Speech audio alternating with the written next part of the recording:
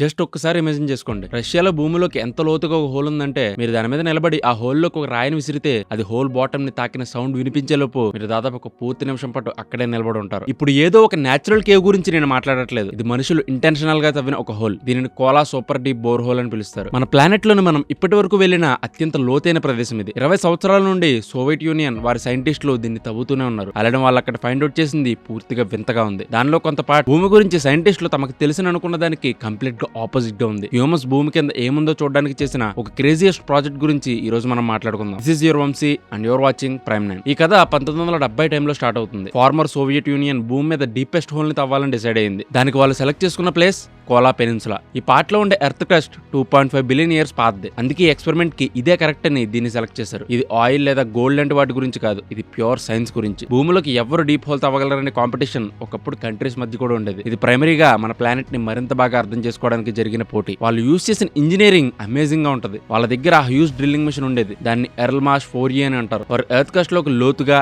ఇంకా లోతుగా తవ్వుతున్న కొద్దీ దాన్ని ఇంకా పొడవుగా చేయడానికి కొత్త పైప్ పార్ట్స్ ని కలుపుతూ ఉండేవారు. ఆ ఎక్స్ట్రీమ్ డెప్త్ లో అలా కలిపిన ఆ పైపులన్నీ 100 టన్నులకు పైగా బరువు ఉండేవి. సో ఈ హోల్ థింగ్ ఏ సెకండ్ అయినా తెగిపోయేంతటి ప్రెజర్ లో ఉండేది. 1970లో డ్రిల్లింగ్ స్టార్ట్ చేసి 1994 వరకు ఆపలేదు. అంటే 24 లాంగ్ ఇయర్స్ ఈ ప్రాజెక్ట్ రన్ అయింది. 13 సంవత్సరాల కాన్స్టెంట్ వర్క్ తర్వాత 1983కి వాళ్ళు సుమారు 12,000 మీటర్ల లోతుకు తవ్వారు. కానీ అప్పుడే ఒక డిజాస్టర్. అక్కడ ఒక డ్రిల్లింగ్ స్ట్రింగ్ తెగిపోవడంతో 5 కిలోమీటర్ల పొడవున్న ఎక్స్పెన్సివ్ ఎక్విప్మెంట్ ని ఆ హోల్లో కోల్పోయారు. కొన్ని $1 బిలియన్ నష్టం. 7,000 మీటర్ల లోతుకు మళ్ళీ వెళ్లి రూట్ ని కొద్దిగా మార్చి మళ్ళీ మొదటి నుండి తవ్వడం స్టార్ట్ చేశారు. 1989 టైంకి 12,262 మీటర్లను చేరుకున్నారు. అది సుమారు 40,230 అడుగులు. ఎవరెస్ట్ మౌంటైన్ హైట్ కన్నా ఎక్కువ. ఇది సముద్రంలో డీపర్ పార్ట్ అయిన మారియానా ట్రెంచ్ కంటే కూడా లోతైనది. ఇదే భూమిలోకి ఇప్పటి వరకు తవ్విన డీపెస్ట్ హోల్. ఈ రికార్డ్ ని ఇప్పటికీ ఎవ్వరూ బీట్ చేయలేదు. అంత పని చేసిన తర్వాత కూడా వాళ్ళు ప్లానెట్ ని తవ్వడంలో జస్ట్ ఒక చిన్న పార్ట్ ని మాత్రమే అచీవ్ చేశారు. కాంటినెంట్స్ కింద సుమారు 30 నుండి 50 కిలోమీటర్ల థిక్నెస్ ఉంటుంది. అయితే వాళ్ళు జస్ట్ 12 కిలోమీటర్స్ లోతు మాత్రమే తవ్వారు. అంటే వాళ్ళు ఎర్త్ క్రస్ట్ లో కేవలం 1/3 దూరం మాత్రమే వెళ్ళగలిగారు. క్రస్ట్ కి కనీసం దగ్గరకు కూడా వెళ్ళలేదు. యాక్చువల్లీ వాళ్ళకి ఒక గోల్ ఉండేది. సుమారు 15,000 మీటర్ల లోతుకు వెళ్ళాలని. క్రస్ట్ కి మ్యాంటిల్ కి మధ్య ఉన్న బార్డర్ ని టచ్ చేయడానికి 15 కిలోమీటర్లు వెళ్ళాలని. ఎక్కడ రాక్ పార్ట్ ఎండ్ అయ్యి లిక్విడ్ పార్ట్ స్టార్ట్ అవుతుందో చూడడానికి. కానీ డ్రిల్లింగ్ ఇంపాసిబుల్ కాబట్టి 12,262 మీటర్ల దగ్గర ఆపాల్సి వచ్చింది. దాదాపు 7 కిలోమీటర్ల కిందకి వెళ్ళాక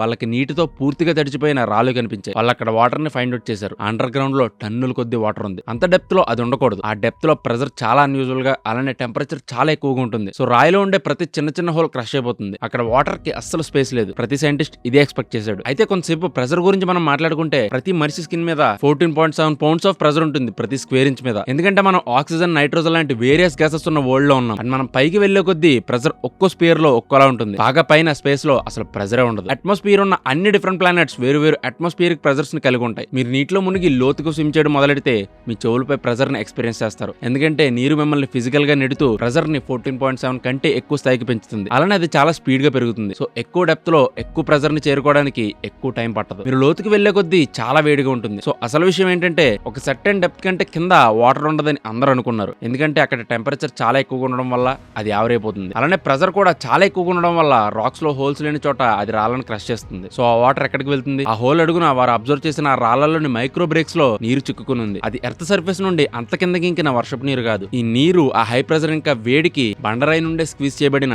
హైడ్రోజన్ అలానే ఆక్సిజన్ ఆటమ్స్ నుండి ఏర్పడింది. బండరాళ్ళు బేసిక్ గా స్క్వీజ్ చేయబడిన హైడ్రోజన్ ఇంకా ఆక్సిజన్ నుండి తమ సొంత నీటిని తయారు చేసుకుంటున్నాయి. ఆ హోల్లో 6 కిలోమీటర్ల లోతులో వారు మైక్రోస్కోపిక్ ఫాజిల్స్ ను కూడా కనుగొన్నారు. లక్షలాది సంవత్సరాల క్రితం చనిపోయిన చిన్న ancient plankton. We're talking about 24 different species of microbes preserved in that rock. ఆ రాక్ చాలా వేడిగా, చాలా నలిగిపోయి ఉంటుందని, డెలికేట్ గా ఉండి దేన్నైనా ప్రిజర్వ్ చేయడం ఇంపాసిబుల్ అని అందరూ అనుకున్నారు. కానీ అవి అక్కడ ఉన్నాయి. బిలియన్ సంవత్సరాల క్రితం సముద్ర గర్భంలో ఈ రాక్స్ ఏర్పడినప్పటి నుండి మిగిలిపోయిన స్మాల్ టైమ్ క్యాప్సూల్స్ లాగా. ఇంకా చెప్పాలంటే వాళ్ళు కొన్ని రాక్ లేయర్స్ లో చల్ల చెదురుగా ఉన్న బంగారాన్ని, గోల్డ్ డస్ట్ ని కూడా కనుగొన్నారు. ఆ డెప్త్ లో ఎవరు ఊహించిన దానికంటే చాలా ఎక్కువ డెన్సిటీలో అది ఉంది. కానీ మోస్ట్ ఇంపార్టెంట్ ఫైండింగ్ ఏంటంటే చాలా మంది సైంటిస్టులు ఎర్త్ క్రస్ట్ లోపల లేయర్ గురించి తమకు తెలిసిన అనుకున్నదంతా పూర్తిగా తప్పు. జనరల్ గా సైంటిస్టులు భూమి లోపల భాగాన్ని స్టడీ చేస్తారు. కొన్ని డికేట్స్ గా సెసిమిక్ స్టడీస్ లో వారు ఈ పని చేస్తున్నారు. బేసిక్ గా వారు ఎర్త్ క్వేక్ టైమ్ లో ప్లానెట్ చుట్టూ బౌన్స్ అయ్యే సెసిమిక్ వేవ్స్ ని చదువుతున్నారు. అటువంటి వేవ్స్ ని స్టడీ చేయడం ద్వారా చాలా నేర్చుకోవచ్చు. ఎర్త్ సర్ఫేస్ నుండి ఎర్త్ క్రస్ట్ ని చదవడం మనం అనుకున్న దానికంటే చాలా కష్టమని, మన మోడల్స్ చాలా తప్పుగా ఉండొచ్చని తేలింది. భూమికి ఒకదానిపై ఒకటి పేర్చిన ఆనియన్ లేయర్స్ లాగా డిఫరెంట్ లేయర్స్ ఉన్నాయి. ఇప్పుడు ఫస్ట్ ఉన్నదాన్ని క్రస్ట్ అంటారు. దానిపైన మనం నడుస్తాం. మనం ఒక మౌంటైన్ ఎక్కినప్పుడు అది కూడా క్రస్టే.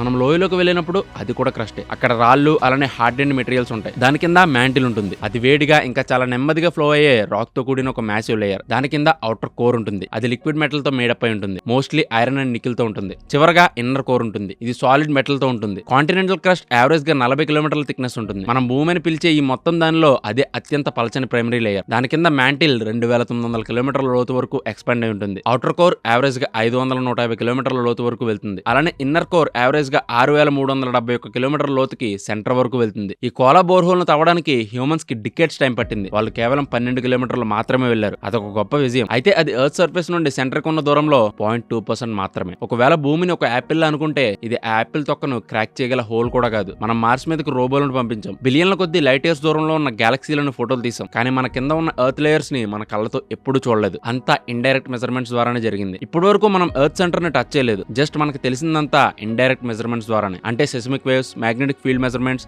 కంప్యూటర్ మోడల్స్ లేదా వేరే ఇండైరెక్ట్ స్టడీస్. మనం వెళ్ళగలిగినంత లోతు వరకు ఉన్న అదర్ కోర్ శాంపుల్స్ నుండి వచ్చింది. అయితే వాళ్ళు ఇంత లోతైన బోర్హోల్ తవ్వడాన్ని ఎందుకు ఆపారు? వారు అలా తవ్వుతూనే ఎందుకు ఉండలేకపోయారు? జస్ట్ 2 వర్డ్స్ వాళ్ళని ఆపేశాయి: ఇంటెన్స్ హీట్ అండ్ ప్రెజర్. మీరు ఎప్పుడైనా గుహలోకి వెళ్తే కొన్ని డజన్ల మీటర్ల లోతుకు వెళ్తే చాలు, గుహ లోపల చాలా చల్లగా ఉంటుంది. కానీ మీరు ఇంకా లోతుకు వెళ్ళడం స్టార్ట్ చేసిన తర్వాత ఎర్త్ యొక్క ఇంటర్నల్ హీట్ స్టార్ట్ అవుతుంది. సో మీరు భూమిని తవ్వే ప్రతి 15 కిలోమీటర్లకి 20 నుండి 25 డిగ్రీల సెల్సియస్ టెంపరేచర్ ఇంక్రీజ్ అవుతుంది. మీరు కిందకి డ్రిల్లింగ్ చేస్తున్నప్పుడు అది యావరేజ్ గా 30 సెల్సియస్ డిగ్రీలు పెరుగుతుంది. అది తక్కువ కావచ్చు, ఎక్కువ కావచ్చు. మీరు డ్రిల్ చేసే ప్రతి కిలోమీటర్ కి అదొక మంచి సమ్మర్ డేలా ఫీల్ అవుతారు. అంటే మీరు డ్రిల్ చేసే ప్రతి కిలోమీటర్ కి టెంపరేచర్ పెరుగుతుంది. అసలు భూమి మధ్యలో ఎందుకు వేడిగా ఉంది? ఒక మంట దగ్గరికి వెళ్లి అందులో ఒక ఐరన్ బాల్ ను వేస్తే అది ఎర్రగా కాలుతుంది. ఆ ఎర్రగా వేడెక్కిన బంతిని నేల మీద ఎక్కడైనా పెడితే కొన్ని గంటల తర్వాత అది ఇంకా ఎర్రగా ఉండదు. అది చల్లబడి చివరికి రూమ్ టెంపరేచర్ కి చేరుకుంటుంది. అయితే భూమి ఎందుకు చల్లబడలేదు? బిలియన్ల సంవత్సరాల తర్వాత కూడా అది ఎందుకు ఇంకా వేడిగా ఉంది? దీనికి 2 రీజన్స్ ఉన్నాయి. ఫస్ట్, హీట్ ని ఎలా బయటకు పంపాలి? హీట్ ని బయటకు పంపడానికి కేవలం 3 మార్గాలు ఉన్నాయి: conduction, convection and radiation. Conduction అంటే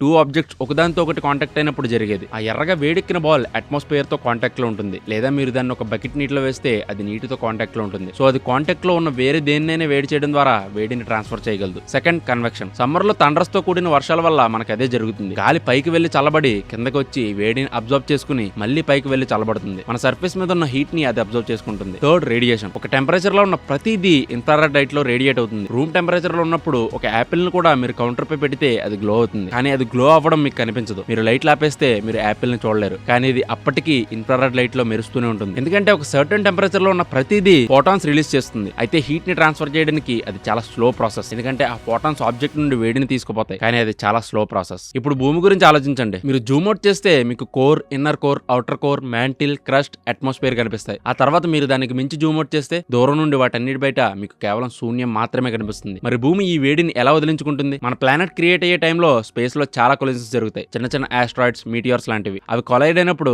చాలా హీట్ ని జనరేట్ చేస్తాయి. ఆ హీట్ స్పేస్ లోకి వెళ్ళదు కదా. ఒకసారి సర్ఫేస్ లేయర్ కూల్ అయిన తర్వాత లోపల చిక్కుకున్న వేడంతా లేయర్స్ లోకి చేరాలి. ఆ తర్వాత ఎర్త్ సర్ఫేస్ ఏ టెంపరేచర్ లో ఉన్నా అది నార్మల్ గా ఇన్ఫ్రారెడ్ రేస్ ని రేడియేట్ చేస్తుంది. ఈ ప్రాసెస్ చాలా నెమ్మదిగా వేడిని బయటకు పంపుతుంది. కాబట్టి భూమి లోపల భాగం స్టిక్కీగా కరిగిన మెటల్ తో ఉంటుంది. ఎందుకంటే రేడియేషన్ ద్వారా వేడి బయటకు వెళ్ళడానికి చాలా టైం పడుతుంది. ఎర్త్ ఫామ్ అయినప్పుడు చాలా స్టిక్కీగా దాదాపు లిక్విడ్ స్టేట్ లో ఉండేది. అలా ఉన్నప్పుడు హెవీగా ఉన్న ఎలిమెంట్స్ మునిగిపోతాయి. లిటరల్లీ ప్లానెట్ సెంటర్ పార్ట్ కి వెళ్ళిపోతాయి. కాబట్టి యూరేనియం, థోరియం, బంగారం లాంటి హెవీ ఎలిమెంట్స్ ఎక్కువగా సెంటర్ లో మునిగిపోతాయి. ఈ హెవీ ఎలిమెంట్స్ అన్ని రేడియాక్టివ్ కాబట్టి ఎర్త్ సెంటర్ చాలా ఎక్కువ రేడియేషన్ ని కలిగి ఉంటుంది. ఫస్ట్, కేవలం రేడియేషన్ ద్వారా వేడిని వాక్యూమ్ లోకి పంపడానికి చాలా టైం పడుతుంది. సెకండ్, లోపల రేడియాక్టివిటీ ఉంటుంది. అది కాన్స్టెంట్ గా వేడిని జనరేట్ చేస్తుంది. చాలా ఇయర్స్ తర్వాత రేడియాక్టివ్ మెటీరియల్స్ అన్ని డీకే అయ్యి చల్లబడతాయి. అప్పుడు ఎర్త్ కోర్ కూడా కొంచెం చల్లబడుతుంది. కానీ అది పూర్తిగా చల్లబడడానికి చాలా టైం పడుతుంది. ఇప్పుడు వాళ్ళు ఈ హోల్ ని లోతుగా ఇంకా లోతుగా తవ్వుతున్న కొద్దీ అది వాళ్ళు ముందుగా ఊహించిన దానికంటే చాలా వేడిగా ఉందని తేలింది. అలానే వాళ్ళు ఈ హోల్ బాటమ్ పార్ట్ కి చేరుకునేసరికి టెంపరేచర్ 180 డిగ్రీ సెల్సియస్ కంటే ఎక్కువగా ఉంది. ఆ ప్రెజర్ అండ్ హీట్ వల్ల ఆ రాయి కాస్త మెత్తగా ఇంకా సాగే గుణం గలదిగా మారుతుంది. అంటే గట్టిగా ఉండేదాన్ని కొడితే వెంటనే ముక్కలైపోవడానికి బదులుగా మీరు చాలా కింద చూసే రాళ్ళు